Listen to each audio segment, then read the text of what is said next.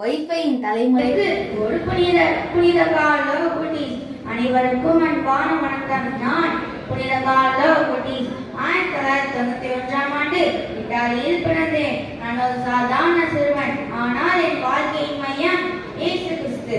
கணினி, இணையம் போன்ற நவீன தொழில்நுட்பங்களை கடவுளின் மகிமைக்காக பயன்படுத்தினேன்.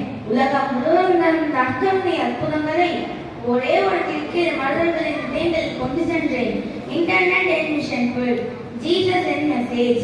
ஏழைகளை நேசித்தேன், நோயாளிகளுக்காக ஜெபித்தேன், எல்லோரிடமும் அன்போடு நடந்தேன். 17 வயதில் கடுமையான நோய் என்னை தாக்கியது. ஆனால் நான் பயப்படவில்லை. என் துன்பங்களை கடவுளுக்கும் திருச்சபைக்கும் அர்ப்பணித்தேன்.